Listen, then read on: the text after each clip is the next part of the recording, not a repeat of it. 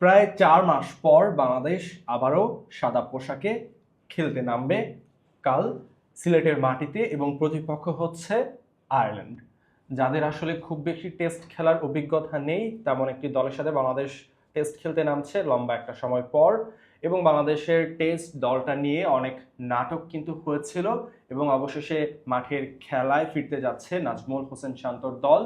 এবং সেই ম্যাচ এবং বাংলাদেশের টেস্ট দলের বর্তমান পরিস্থিতি নিয়ে আমরা কথা বলবো, এবং আগামীকালের ম্যাচ নিয়ে বিস্তারিত কথা বলার চেষ্টা করব। আমি আছি সরাজয়ন, আমার সাথে আছেন আশিকুর রহমান শান্ত।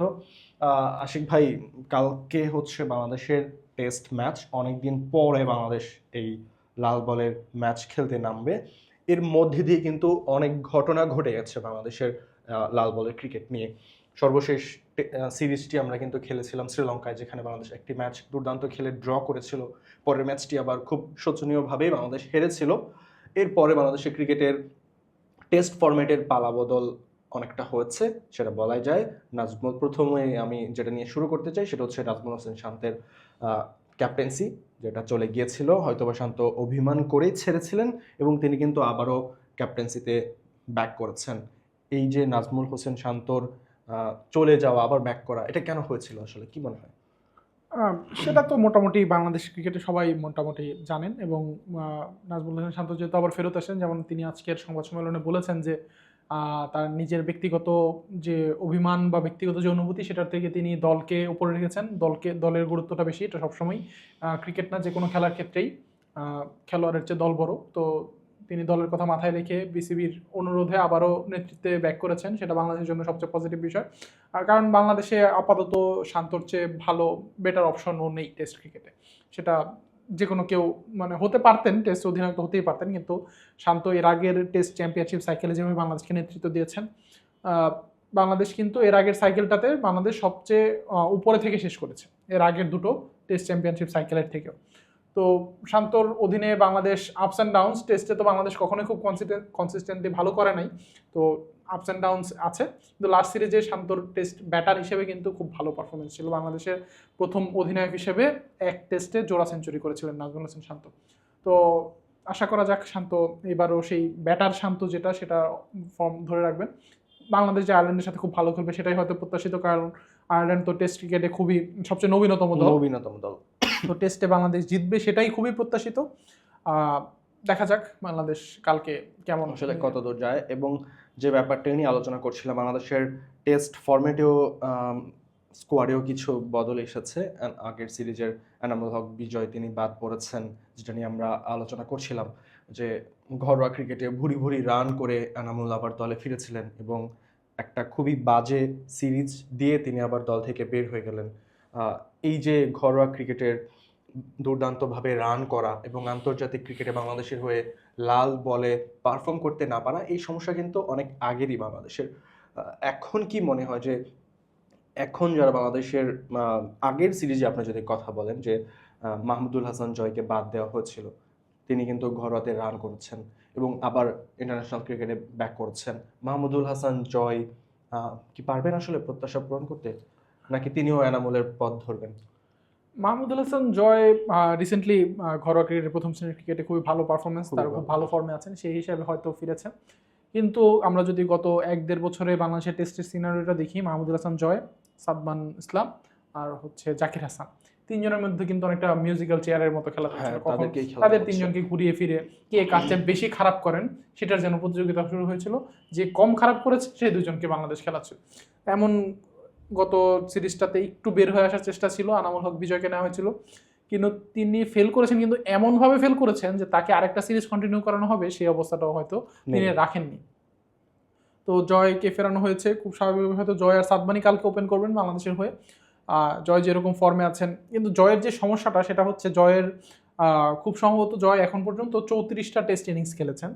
সেই 34টা টেস্ট ইনিংসে জয়ের 50 আর 100 যে কয়টা ইনিংসে আছে, 4 থেকে 5 একটা সেঞ্চুরি আর 4টা 50 বা 5টা 50, বাকি বেশিরভাগ ইনিংসগুলোতে জয় ডাবল ডিজিটে যাওয়ার আগে আউট হয়ে যাচ্ছে। মানে জয় ক্রিজে গিয়ে সেট হতেই পারছেন না। জয়ের যেটা সমস্যা যে এবং জয় বেশ কিছু ম্যাচে খুব উল্লেখযোগ্য সংখ্যক বা 5টা বা 6টা জয়ের ডাক হয়ে গেছে এই জয়ের এই ছোট্ট টেস্ট ক্যারিয়ারটাতেই। তো এটা জয়ের জন্য খুবই বাংলাদেশ যদি কালকে টসে জিতে বা টসে হেরে যদি শুরুতে ব্যাট করে, নতুন বল, সিলেটের উইকেট সব মিলিয়ে এই যে নতুন যে মুভমেন্টগুলো সামলানো, আয়ারল্যান্ডের খেলোয়াড়রা যতই টেস্ট ক্রিকেটে টেস্টে নতুন হোক, তারা কিন্তু সবাই কাউন্টি ক্রিকেটে খেলে অভ্যস্ত। তো সুতরাং এই চ্যালেঞ্জগুলো জয় সাদমানরা কিভাবে মোকাবেলা করেন সেটাও দেখার বিষয় কালকে। যেটা বলছিলেন যে আয়ারল্যান্ডের খেলোয়াড়দের ইন্টারন্যাশনাল টেস্ট ক্রিকেট খেলার অভিজ্ঞতা কম থাকলেও তারা কিন্তু নিয়মিত কাউন্টি খেলে।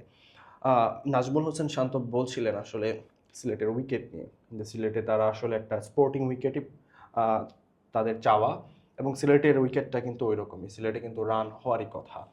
তো বাংলাদেশ যদি টসে জিতে তাহলে অবশ্যই বাংলাদেশ হয়তো বা ব্যাটিংটাই আগে চুজ করবে, এবং আপনি যেভাবে বলছিলেন যে ওপেনিংটা হয়তো বা সাদমান এবং জয় করবেন। তবে এছাড়াও বাংলাদেশ দলে আপনি যদি টপ অর্ডারটা দেখেন, মুশফিকুর রহিম তিনি কিন্তু ক্যারিয়ারের 99তম ম্যাচ কালকে খেলতে নামবে, তার এত বর্নাঢ্য একটা ক্যারিয়ার। তো মুশফিকুর রহিম অবশ্যই বাংলাদেশের মিস্টার ডিপেন্ডেবল হিসেবেই পরিচিত। টেস্ট ক্রিকেটে মুশফিকই সবচেয়ে ধারাবাহিক পারফর্মার। কিন্তু আমি আপনাকে যেটা প্রশ্ন করতে চাই, বাংলাদেশের এই যে মিডল অর্ডারে মুশফিক হয়তো বা আর খুব বেশি দিন খেলবেন না, এই স্কোয়াডে আপনি কাদেরকে আসলে মুশফিকের জায়গা নিতে পারে কিংবা ধারাবাহিকভাবে পারফর্ম করতে পারবে লাল বলে, তেমন আসলে কাউকে দেখছেন কিনা? এই স্কোয়াডে আসলে তেমন কেউ নেই। মুশফিক কিংবা আমরা যদি মানে নাম্বার 1, 2, 3 টপ অর্ডার ধরে বাকিদের মিডল অর্ডার ধরি, তারপরে পজিশনে আসবেন 4 নম্বরে মমিনুল হক, তারপর মুশফিকুর রহিম। এই স্কোয়াডেই আসলে মুশফিক বা মমিনুলকে রিপ্লেস করার মতো কাউকে রাখা হয়নি। সেটা কেন রাখা হয়নি নির্বাচকরা হয়তো ভালো বলতে পারবেন। একজন লিটন দাসও তো খেলবেন, উইকেট কিপিংটা করবেন। এছাড়া যে আরেকজন বাড়তি ব্যাটার আছেন তিনি হচ্ছেন জাকের আলী অনেক। এখন জাকের আলী অনেক কতটা টেস্ট ক্রিকেটে 4 নম্বর বা 5 নম্বরে খেলার জন্য প্রস্তুত, সেটা আসলে একটা বড় প্রশ্ন। তো এখন হয়তো দেশের মাটিতে খেলা বলেই এবং পাশাপাশি জাতীয় ক্রিকেট লিগ চলছে, সেজন্য হয়তো নির্বাচকরা খুব বেশি খেলোয়াড়কে দলে ডাকেননি। কিন্তু এই দলটাতে মুশফিক বা মুমিনুলের জায়গায় মুশফিক কোনো কারণে ইনজুরি বা অন্য কোনো কারণে যদি খেলতে না পারেন কোনো একটা টেস্টে, সামনের টেস্টগুলোতে, তখন কিন্তু বাংলাদেশ সরাসরি একটা বিরাট একটা ভ্যাকুমে পড়ে যাবে। কারণ বাংলাদেশ এই পজিশনগুলোতে কাউকে সেভাবে চেষ্টাই করেনি। সেটা কিন্তু এই আয়ারল্যান্ডের বিপক্ষে সিরিজটা কিন্তু একটা মোক্ষম জায়গা হতে পারতো সিরিজ চেষ্টা করা। কিন্তু এখানে আরেকটা আবার অন্য একটা দিকও আছে, যে টেস্ট ক্রিকেটে এতটা কম, মুমিনুল মুশফিকরা শুধু টেস্টটাই খেলেন এখন, তো তাদেরকে বসিয়ে আবার অন্য কাউকে খেলানোটাও কতটা যুক্তিযুক্ত হতো সেটা একটা প্রশ্ন। কিন্তু দলের সাথে কিন্তু রাখাই যেত, বিশেষ করে অমিত হাসানের মতো ক্রিকেটারদের। তিনি কিন্তু এই সিরিজের আগে বেশ আলোচনায় ছিলেন যে এবার হয়তো অমিত হাসানকে ডাকা হতে পারে। ঘরোয়া ক্রিকেটে গত 3 সিজন ধরে বাংলাদেশের সবচেয়ে ধারাবাহিক ব্যাটার কিন্তু অমিত। তো হ্যাঁ, এটা ঠিক, হয়তো অমিত যে পজিশনে খেলেন 4 নম্বর, 5 নম্বরে বা 3 নম্বরও, এই 3টা পজিশনই বাংলাদেশে এখন বুকড। 3 নম্বরে অধিনায়ক নাজমুল হোসেন শান্ত খেলবেন এবং শান্ত টেস্টে দুর্দান্ত ফর্ম চলছে, তো কাউকে বাদ দেওয়ার সুযোগ নেই হয়তো। কিন্তু দলের সাথে রেখে, বিশেষ করে মুশফিকুর রহিম যতদিন আছেন তার সাথে ড্রেসিং রুম শেয়ার করা, প্র্যাকটিসে তার সাথে, এটা কিন্তু জুনিয়র ক্রিকেটারদের জন্য বিরাট একটা সুযোগ হতে পারতো মুশফিকের কাছ থেকে কিছু শেখার। তো সেই জায়গায় বোধ হয় নির্বাচকরা ছোট্ট একটা ট্রিক্স মিস করেছেন। আসলে বাংলাদেশের ঘরোয়া ক্রিকেটের মানটা এতটাই কি বলা যায় যে অ্যাভারেজ লেভেলের স্ট্যান্ডার্ডে, যে সেখানে একজন অমিত হাসানের মতো ক্রিকেটাররা আবার খেলে যে অনেক দারুণ কিছু শিখে ফেলবেন সেটা না। তার চেয়ে আমার যেটা ব্যক্তিগত মতামত, তাকে যদি জাতীয় দলের সাথে রাখা হতো এই সিরিজটাতে, হয়তো তিনি একাদশে খেলতেন না, কিন্তু মুশফিক মমিনুলদের সাথে তিনি প্র্যাকটিস করে, তিনি ড্রেসিং রুম শেয়ার করে যেটা শিখতে পারতেন, সেটা হয়তো কোনো একটা, হয়তো মুশফিক তো আর খুব বেশি দিন খেলবেন না।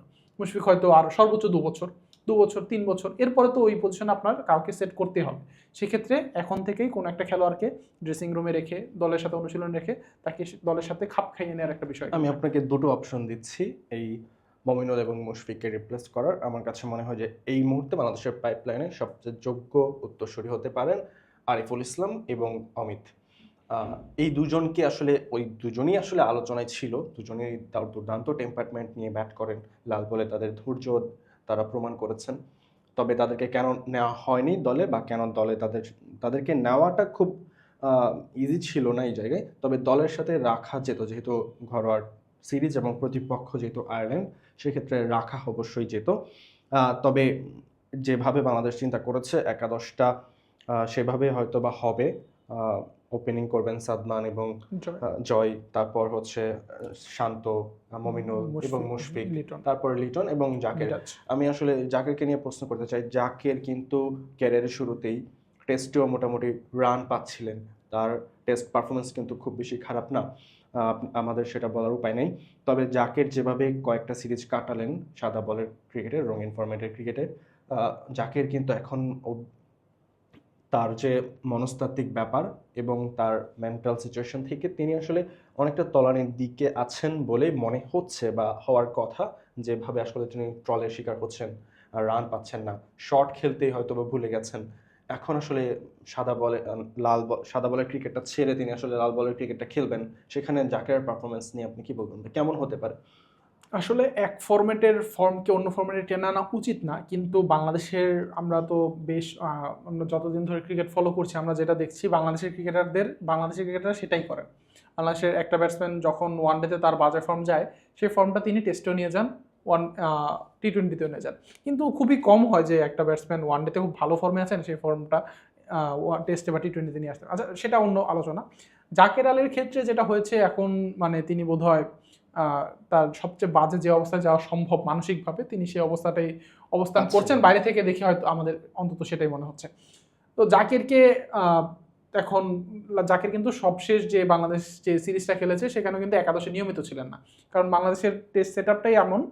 লিটন যখন ব্যাট করেন 6 নম্বরে, তখন কিন্তু বাংলাদেশ যদি 5 বোলার নিয়ে খেলতে চায়, 7 নম্বরে কিন্তু মেহেদী হাসান মিরাজকে খেলতে হবে। তো বাংলাদেশ কিন্তু আরেকজন ব্যাটসম্যান অ্যাকোমোডেট করার সেই সুযোগটা নেই। তো জাকেরকে একাদশের হয়তো বাইরেই থাকতে হবে আগামীকালও টেস্টেও। কিন্তু জাকের টিম ম্যানেজমেন্ট যেটা করতে পারতো, যে হয়তো জাকেরকে কিছুটা এখন একটু বিশ্রাম বা জাকেরকে রিথিঙ্ক করার সুযোগ দিতে পারতো। জাকের নিজের টেকনিকগুলো নিয়ে, জাকের যে নিজের যে লুপহোলসগুলো আছে সেগুলো নিয়ে একটু কাজ করে যদি ফিরতেন, সেটা জাকেরের জন্য ভালো হতো, বাংলাদেশ ক্রিকেটের জন্য ভালো হতো। বাংলাদেশ ক্রিকেটে কিন্তু জাকের আলীর প্রয়োজনটা ফুরিয়ে যায়নি এখনো। কারণ জাকের আলীর মতো, আমরা যতই বলি জাকের আলী এক সাইডে ব্লাইন্ড, অফ সাইডে কোনো শট খেলতে পারেন না, কিন্তু বাংলাদেশের বেশিরভাগ খেলোয়াড়ই তো তাই, বাংলাদেশের এইরকম সীমিত সামর্থ্যের খেলোয়াড়।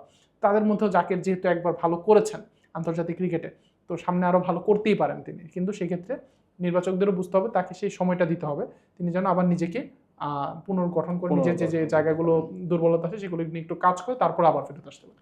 ব্যাটারদের নিয়ে কথা বলছিলাম, এবার একটু বোলারদের নিয়ে কথা বলি। এই দলটাতে আমরা কন্ট্রোভার্সি নিয়ে আলোচনা করছিলাম যে স্কোয়াডটা কেমন হতে পারে বা কাদের থাকা উচিত ছিল। সেই জায়গায় একটা বড় কন্ট্রোভার্সি চলে এসেছে, নাইম হাসানের বাদ পড়া।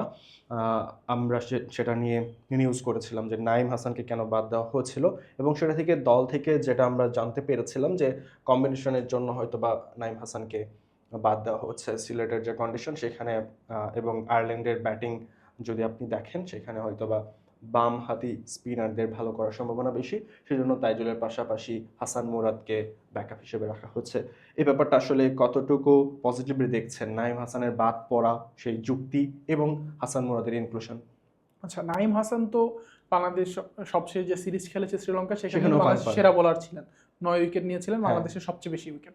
এখন 9 উইকেট নেওয়ার পরেও একজন বোলারকে আপনি বাদ দিতে পারেন নির্বাচক হিসেবে, দলের কম্বিনেশনের কারণে, সেটা যে কোনো কারণে বাদ দিতে পারেন। কিন্তু বাংলাদেশের সমস্যাটা সেটা হচ্ছে নির্বাচকরা নাইমকে সেটা প্রপারলি এক্সপ্লেন করেছেন কিনা, তুমি এই কারণে দলের বাইরে। কিন্তু আমরা বাংলাদেশের ক্রিকেট সংস্কৃতি থেকে যেটা জানি, সেটা না করার সম্ভাবনাটাই বেশি। নির্বাচকরা হয়তো নাইম স্কোয়াড ঘোষণার পরেই জেনেছেন নাইম স্কোয়াডে নেই। এটা নাও হতে পারে, না হলে আমরাই সবচেয়ে বেশি খুশি হব, কারণ তাহলে একটা প্রপার প্রসেস মেনটেন করা হয়েছে। কিন্তু এটা হওয়ার সম্ভাবনাটাই বেশি, এটা হওয়ার সম্ভাবনা অন্তত 90%, কারণ বাংলাদেশে এটাই হয়ে আসছে। নাইম বাদ পড়তেই পারেন, কারণ যেহেতু আয়ারল্যান্ডের বিপক্ষে সিরিজ ঘরের মাঠে, এবং ঘরের মাঠে সিরিজে নির্বাচকরা দলটা খুব বেশি বড় করতে চান না, সেই সাথে আবার এখন জাতীয় ক্রিকেট লিগ চলছে, তো খেলোয়াড়রা সবাই ওখানে ব্যস্ত আছে। তো নাইম হাসানের মতো স্পিনারকে শুধু শুধু জাতীয় দলে এনে বেঞ্চে বসিয়ে রাখার কোনো মানে হয়তো যদি কোনো কারণে প্রয়োজন পড়ে সরাসরি তো ডাকা যেতেই পারে দলে, সেটা হয়তো নির্বাচকরা ভেবেছেন। কিন্তু সেটা নাইম হাসান বাদ পড়াতে কোনো সমস্যা না, যদি নাইমকে সঠিকভাবে এক্সপ্লেন করা হয়। এটুকু এখানে হাসান মুরাদের ইনক্লুশন নিয়ে কথা বলছিলাম যে তাইজুলের পরবর্তীতে বাংলাদেশ জাতীয় দলে আসলে যাকে বিবেচনা করা হচ্ছে এবং বিসিবি যাকে হাইলি রেট করছে, বাঁহাতি স্পিনার হাসান মুরাদ, তাকে দলে নেওয়া হচ্ছে। তবে আমরা যেটা নিয়ে আলোচনা করছিলাম, হাসান মুরাদের থেকেও এগিয়ে ছিল হচ্ছে রাকিবুল, বাঁহাতি স্পিনার, দুর্দান্ত পারফর্ম করছেন ঘরোয়াতে। তাদের দুজনের মধ্যে একটা কম্পিটিশন চলছে কে টেস্ট দলে জায়গা পাবেন, কারণ রাকিবুলকে কিন্তু এখনই সাদা বলের জন্য বিসিবি বিবেচনা করছেন না, নির্বাচকরা বিবেচনা করছেন না, তাকে আসলে লাল বলের ফরম্যাটে হয়তো বা আনা হবে। তো সেই জায়গায় আসলে হাসান মুরাদের ইনক্লুশনটা আপনাকে একটু অবাক করেছে কিনা? না, এই বাংলাদেশের নির্বাচকদের এই প্ল্যানটা অন্তত মোটামুটি বোঝা যাচ্ছে যে রাকিবুলকে তারা মোর সাদা বলের জন্য প্রস্তুত করতে চাচ্ছেন। রঙিন পোশাকে ওয়ানডে এবং টি-20 বোলার ভাবছেন। এবং রাকিবুলের ঘরোয়া ক্রিকেটে এবং রাকিবুল হয়তো এখন হংকং যে 6 টুর্নামেন্ট চলছে সেখানেও বাংলাদেশের হয়ে খেলতে গিয়েছেন, এবং বাংলাদেশের এ দল, ইমার্জিং দল টাইগার্স নামে যেখানেই বাংলাদেশ টি-20 বা ওয়ানডে খেলতে যাচ্ছে সেখানে রাকিবুলকে খেলানো হচ্ছে। এবং 4 দিনের ম্যাচ বা লাল বলের ক্রিকেটগুলোতে হাসান মুরাদকে খেলানো হচ্ছে। তো নির্বাচকদের এই ক্ষেত্রে অন্তত এখন পর্যন্ত স্পষ্ট তাদের পরিকল্পনা যে হাসান মুরাদকে তারা টেস্টের জন্য বিবেচনা করছেন, আর রাকিবুলকে হয়তো আপাতত বাংলাদেশের দলে যেহেতু নাসুম আছেন, তানভীর আছেন ওয়ানডে এবং টি-20 দলে, তাদেরকেই ঘুরে ফিরে খেলানো হচ্ছে। এর পরের যে ইয়েটা রাকিবুলকে আরেকটু ভালো করতে হবে নাসুম এবং তানভীরকে টপকে জাতীয় দলে ঢোকার জন্য। রাকিবুলকেও হয়তো সেভাবেই প্রস্তুত করা হচ্ছে টাইগার্স ক্যাম্পে বা হাই পারফরমেন্স ক্যাম্পে, যে রাকিবুলকে তারা সাদা বলের ফর্মেটেই খেলাবে এবং হাসান মুরাদকে লাল বলের ফর্মেটে খেলাবে। আমার মনে হয় যে এটা গুড এনাফ, কারণ হাসান মুরাদ কিন্তু লাল বলের ক্রিকেটে ভালোই, ফার্স্ট ক্লাস ক্রিকেটে বেশ ভালো পারফরমেন্স করেছেন। তো রাকিবুলকে সেটার জন্য যদি না নেওয়া হয় দলে, সেটা মোটামুটি মনে হয় ঠিকই আছে, এখানে খুব বেশি সমস্যা। এবং একটা যেটা ব্যাপার বলছিলাম, এই যে ইমার্জিং এশিয়া কাপ যেটাকে আমরা বলছি, রাইজিং স্টার কাপ, সেটা হওয়ার ফলে সেই স্কোয়াডে থাকার ফলে আসলে মাহিদুল ইসলাম অঙ্কনকে টেস্ট দলের বাইরে রাখা হচ্ছে।